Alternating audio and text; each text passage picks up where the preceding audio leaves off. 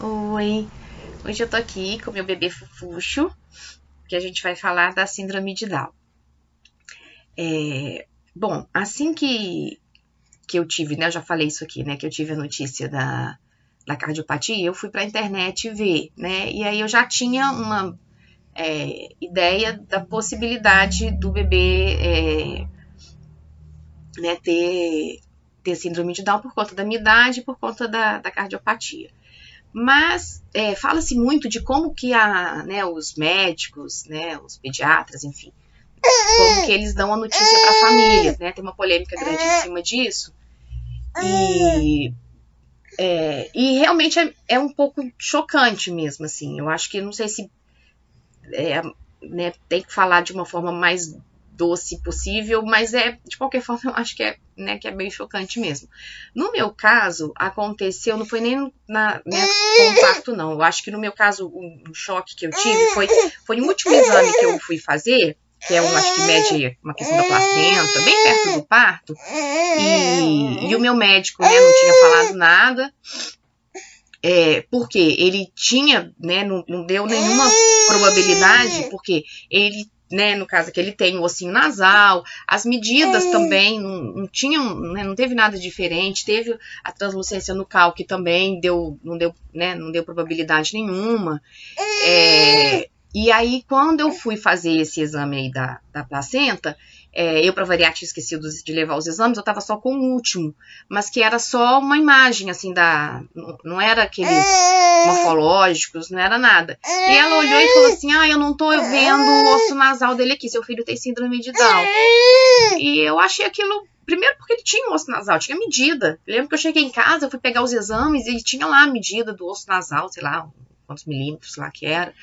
E eu achei realmente que teve um pouco de falta de tato para ela me falar aquilo. Eu achei que ela estava, né, exagerando, enfim, né, por conta de todas as outras coisas que ele tinha. Talvez se ela tivesse falado, olha, pela sua idade, né, pela cardiopatia, é uma tendência, não sei, enfim, mas ela meio que jogou assim a notícia e ainda falou uma característica que não era verdade, né? Falou que ela não estava enxergando o osso nasal ali naquela foto e não era um exame que tinha medida, então, enfim, achei realmente que teve uma falta de tato e talvez, né, as pessoas tenham que, né, os profissionais, né, de todos os exames, obstetra e realmente os profissionais, né, dos exames, eles talvez tenham que ter aí um treinamento, alguma coisa para dar essa notícia.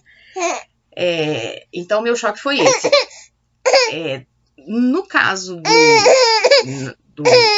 quando ele nasceu, né, ele nasceu e eu já sabia que eu não ia poder ficar muito tempo com ele ali na hora que ele nascesse, porque eu já sabia que ele tinha cardiopatia e que ele ia para UTI. Então, também não teve, né, falsa expectativa nenhuma.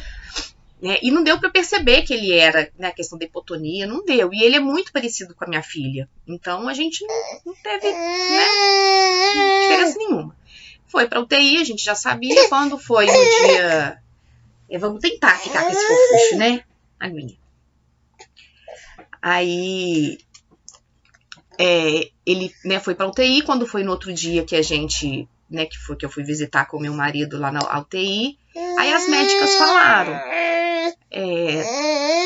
como eu já tinha tido a primeira experiência, talvez nesse momento eu não achei que, né, que elas tenham falado com falta de tato, não, elas, né, comentaram que tinha essa possibilidade, que iam fazer o exame periódico, que é o exame que realmente né, constata, e aí, aqui, vamos tomar uma aguinha pra gente, mamãe falar. Mamãe quer falar, que você esteja aqui pra falar de você. Aí, me perdi. Tá, então elas falaram, né, e aí a gente perguntava, mas por que vocês acham que ele tem, né, é por conta da idade? E ela falou, olha, não é só isso, pelo fenótipo, né, era até a expressão que elas usavam, pelos fenótipos. E claro, né, mais uma vez a gente vai para a internet para procurar saber, e né, até perguntando para elas mesmas, elas falavam muito a questão dos olhinhos, né, então eles têm os olhinhos mais puxadinhos e eles são oblíquos, né, eles dão uma curvaturazinha assim diferente, são oblíquos mesmo. Só que também não dava pra gente ver direito, porque ele tava, né, com os tubinhos, tava com o CPAP, então tinha tipo um capacetinho, um negócio assim diferente, né, ficava dentro da incubadora, a gente não podia pegar, então tinha a questão da hipotonia, mas estava ali deitadinho, não é difícil da gente, né, ver essa questão da hipotonia dessa forma. E aí a gente foi procurar na internet mais algumas características, e aí tinha uma questão de uma linhazinha na mão, assim, única, e no caso dele ele não tinha, ele tem um Mzinho, assim, aí a orelhinha, mas, poxa, a orelhinha dele, né, como eu falei, era tudo muito parecido com a Sofia. O ossinho nasal, ele tem. E aí teve uma característica muito engraçada que essa realmente a gente viu, que era do pezinho. Deixa eu ver se eu consigo mostrar aqui, ó. Os dedinhos do pezinho, aqui, ó. O dedinho é separadinho aqui, ó. Tá vendo? Ele abre bastante, ó. O dedinho era separadinho.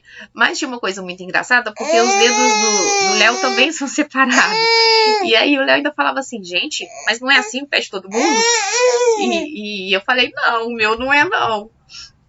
Então, realmente, eu acho que foi a única característica que a gente viu, assim, de cara, era a questão do dedinho separadinho. Mas, né, isso são as características físicas. Agora, todas as outras questões, ele realmente teve. Então, as questões de saúde, né, que tem uma tendência. Então, a cardiopatia tem uma tendência, parece que 50%, né, dos bebês com síndrome de Down apresentam uma cardiopatia congênita. Ele, no caso, teve também problema digestivo, né, então ele tem o pâncreas anular, que o médico também falou, olha, é uma característica da síndrome de Down, né, o hipotiroidismo, que também eles, né, verificaram na UTI. Então, né, as questões, né, das condições físicas, ele apresenta. Mas ficou assim, eu acho que uma semana, os 10 primeiros, 15 primeiros dias, a gente sempre naquela dúvida, olhava e falava, aí depois olhava e falava, não é. E esperando o cariótipo, né? Então vamos falar um pouco assim, também, olha, não sou especialista, né? Eu vou falar o que eu pesquisei no momento e o que eu sei. O cariótipo é um exame, né? Que aí ele verifica os cromossomos. O que acontece com a síndrome de Down? É uma condição genética. Aqui, bebê.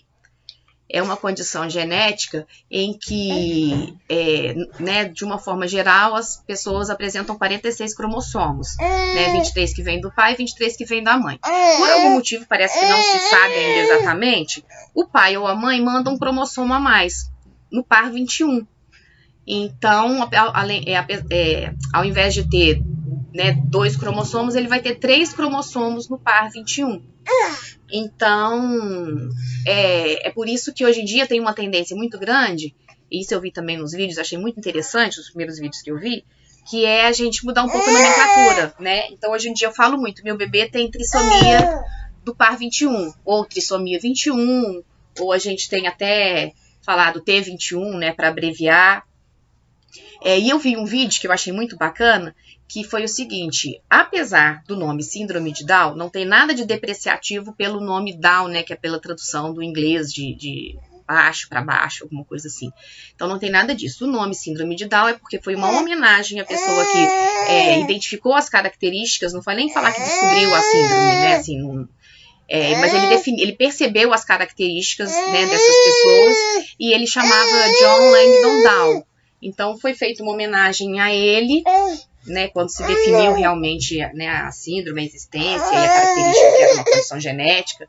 Então foi feita uma homenagem a ele de chamar síndrome de Down. Isso, é uma condição genética, não é uma doença, então não tem cura, não tem que fazer tratamento para curar, não tem nada disso. Uma outra dúvida também que a gente sempre teve, que a gente perguntava, não tem níveis, então não tem nível, né? O fulano tem nível 1, 2 ou 3, né? O médio, alto, não tem isso, não tem nível. O que tem, o que todo mundo, todos os profissionais sempre explicaram pra gente, tem a questão do estímulo, né? Tem algumas crianças que são mais estimuladas, outras que não são. Então, antigamente o que acontecia é que as famílias escondiam. Bebê! As famílias escondiam, né, essas crianças, elas ficavam isoladas em casa, sem nenhuma atividade, sem nada, e acabava que não se desenvolvia, né? Hoje em dia, né, o bebê, por exemplo, desde quando ele saiu da UTI, ele é hiperestimulado, ele faz fisioterapia, fono, enfim. Então, essa realmente a tendência que a gente tem hoje de dar todos os estímulos necessários para que ele consiga fazer tudo que, né, que qualquer pessoa faz. Ele só vai ter um tempinho, né, maior para conseguir, né, fazer as atividades, enfim, tanto a questão motora quanto a questão cognitiva, né? É só isso. É só a gente ter um pouquinho mais de paciência, porque o tempinho dele é um pouquinho diferente. Mas é isso. Fora isso, é um bebê fofuchinho que tá aqui hiper esperto e todo felizinho. Agora tá meio emburrado, né? Não tá querendo muito ficar aqui, não. Então já vou até desligar esse vídeo, porque eu já dei meu recado da síndrome de Down, né? E por fim, depois o exame demora mais ou menos uns 20 dias. Realmente, depois de uns 20 dias, veio o cariótipo, né? Mostrando que, né, que ele, se eu não me engano, ele indica assim, 100% dos cromossomos, 100% das células apresentam, né, o 47 cromossomos. Né? Existem outros tipos de síndrome de Down, mas não vou nem me arriscar, porque na verdade eu não entendi os outros dois tipos. Né? O dele é trissomia livre, que é o que a grande maioria das pessoas, né, com síndrome de Down apresentam. Bom, né, venceu aqui, eu tenho que ir. Beijo, até o próximo vídeo.